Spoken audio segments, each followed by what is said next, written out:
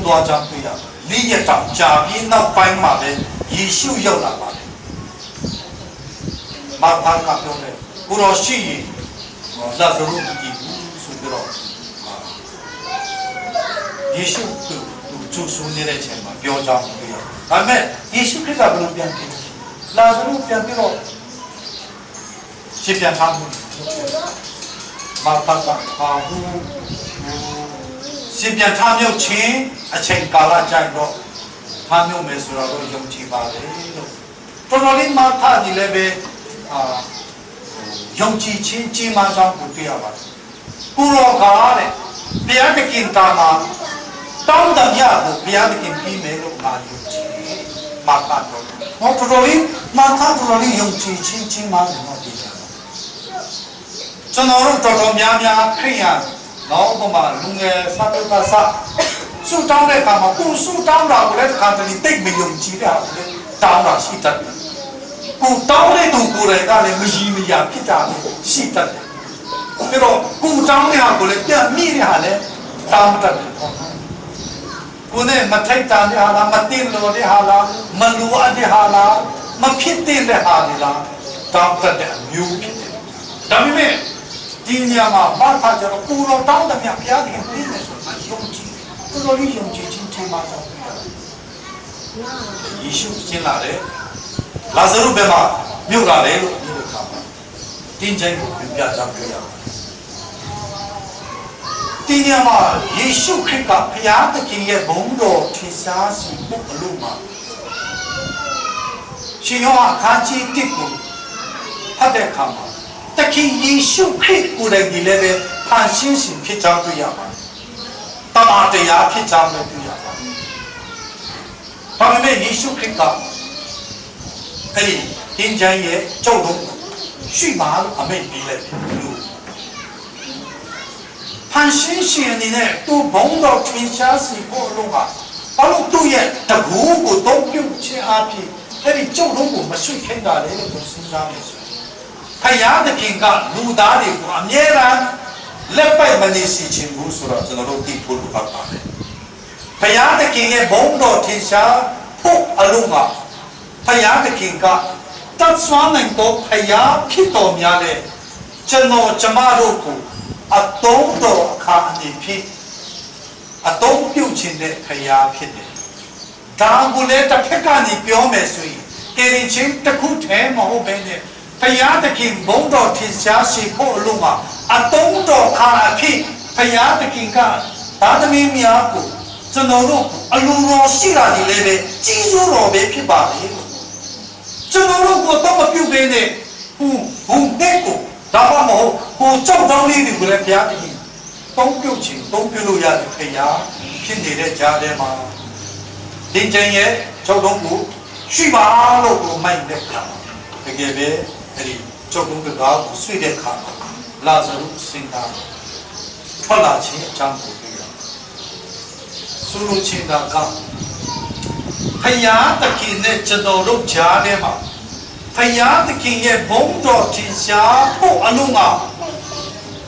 ကျွန်တော်တို့လူအနေနဲ့ဖေရှားเสียတူးချင်းစီပါအနေအများတော့ရှိမယ်လို့ကျွန်တော်ယုံကြည်ပါတယ်မိမိရဲ့မာမာနလားမိမိရဲ့ပြင်းရည်ချင်းလားဘုရားသခင်ကိုစိတ်နှလုံးကျွမ်းမဲ့အာမကူရတဲ့နော်တန်တရားဖြစ်ခြင်းလားဆိုတော့ကျုပ်တို့အတားအဆီးဘုရားသခင်နဲ့ကျွန်တော်တို့ကြားထဲမှာအတားအဆီးဆိုတာလူတိုင်းမှာရှိမယ်လို့ကျွန်တော်ယုံကြည်ပါတယ်။ဘာလို့ဆိုလူသားအလုံးကမပြည့်စုံတဲ့လူသားတွေဖြစ်တယ်။မိမိရဲ့နော်လာစာဘူးကြွားခြင်းကို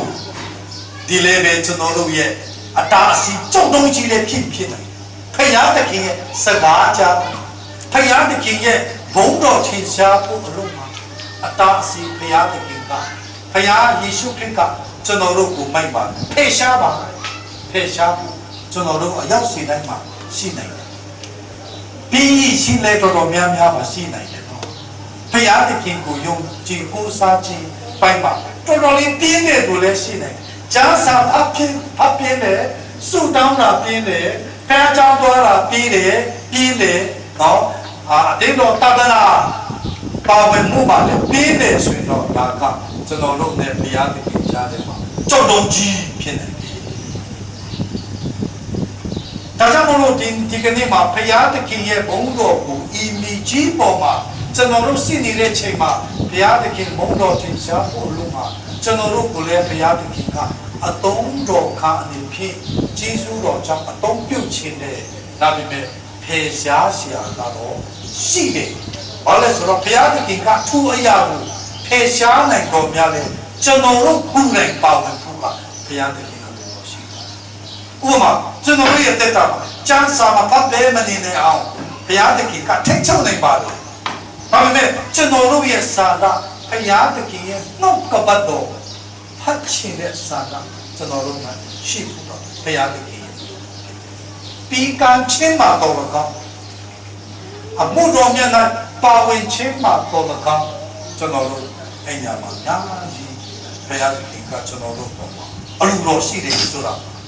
ကျွန်တော်ဒီဥပမာလေးနဲ့လာဇာရုနဲ့ပတ်သက်ပြီးပြောချင်ဖြစ်ပါတယ်။ဒီပြအခန်းကြီးစနစ်ကိုပြန်သွားတဲ့အခါမှာယုံကြည်ခြင်းကိုအစအဦးပြုတဲ့နော်တခင်ယေရှုခရစ်ကိုစစ်စစ်မဲ့ထုတ်ဆုကြကုန်အောင်တဲ့ကျွန်တော်ဥပမာတစ်ခုပြောလို့ရှိတာကဘာလဲဆို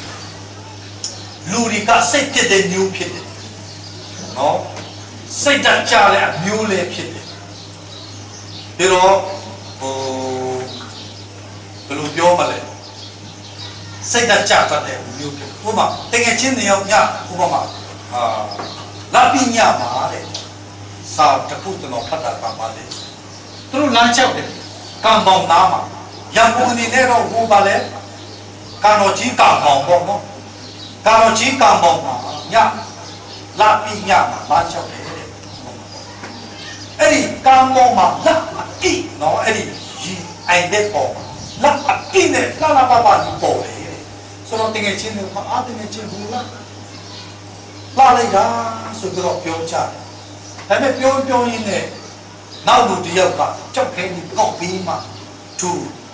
ကံမောင်မှာရီအိမ်နေတဲ့နော်လာအပိပေါ်နေတဲ့အရေးကြောက်ခဲနဲ့တွားပုတ်တဲ့ခါမှာ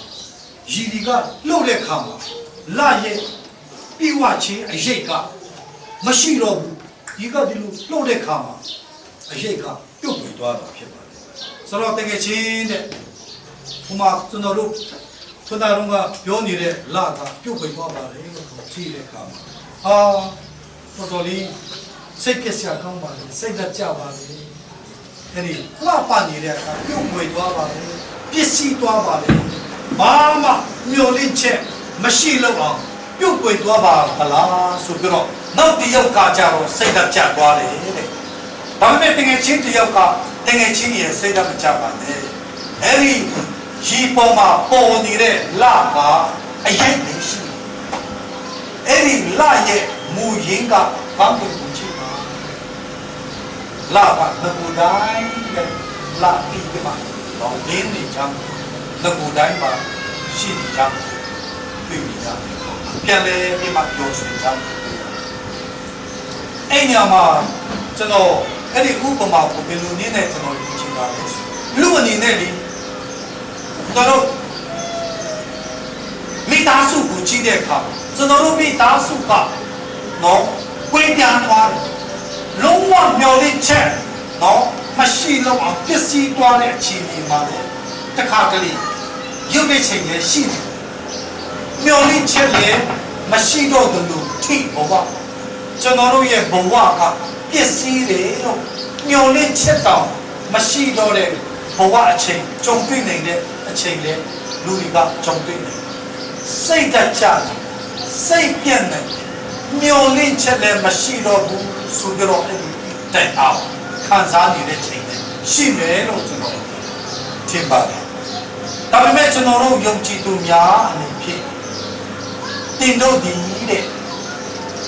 တီဗီတဲ့နော်တင်တို့ရဲ့အသက်ဒီခရစ်တော်၌ဖယားတခင်၌ရှိချောင်းဆိုပြီးတော့ကိုလိုတဲဩဝါဒအခန်းကြီး3အငယ်3မှာတွေ့ရပါတယ်ဒီမနေ့မှလည်းကြားနာခဲ့ပါတယ်ဆိုတော့တကယ်တမ်းကျတော့ကျွန်တော်တို့ရဲ့အသက်ကဒီမိချင်းပေါ်မှာရှိတော့မဟုတ်ဘူး ကျွန်တော်တို့ရဲ့အတက်ကခရစ်တော်နဲ့တည်ရှိချမှုနှုတ်ကပတ်တော်မှာပေါ်ပြတာဆိုတော့သူခရစ်တော်နဲ့ဘာမှမပြောင်းလဲကျွန်တော်တို့ရဲ့စိတ်ကပြောင်းလဲတာတကယ်လားကြာနော်ဒါပေမဲ့ယေရှုခရစ်၌မပြောင်းလဲတဲ့အရာကိုကျွန်တော်တို့အခြေခံပြီးမှသူအလုံးစုံသောကျွန်တော်တို့ကအလုံးစုံဖြစ်တဲ့တခင်ယေရှုခရစ်၌မျှော်လင့်ချက်ကျွန်တော်တို့မျှော်လင့်ခြင်းကိုထားမယ်ဆိုရင်အရာခတ်တဲ့ကလူအနေနဲ့ပြုတ်ကွယ်သွားပြီလို့ထင်တဲ့ရာပြန်လဲပြီးမှအစပြုလို့ရတယ်ဆိုတော့ယေရှုခရစ်၌ကျွန်တော်တို့အစပြုရယေရှုခရစ်ကိုထောက်ဆိုခြင်းအပြင်အစပြုရင်ဘုရားသခင်ကနိလန်ဖွင့်ပေးမယ်ဘုရားသခင်ကပြင်ဆင်ပေးမယ်ဘုရားသခင်ကလမ်းနဲ့ပြပေးမယ်ဘုရားသခင်က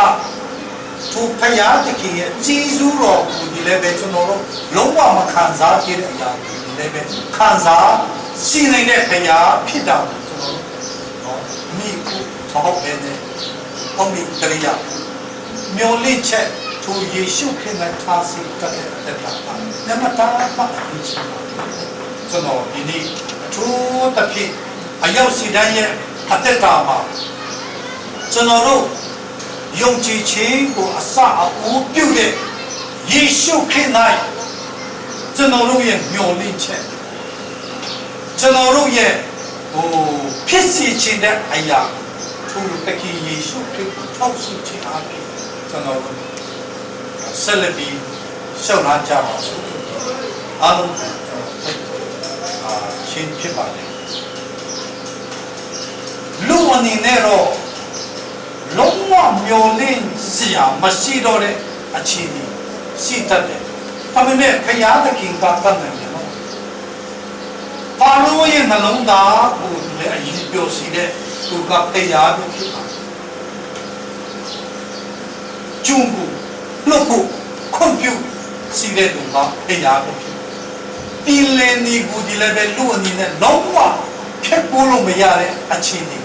ဘုရားသခင်ရဲ့တကူအားဖြင့်ဘုရားသခင်ကပင်လယ်နေကိုလည်းဖြစ်စေတေကန္တာ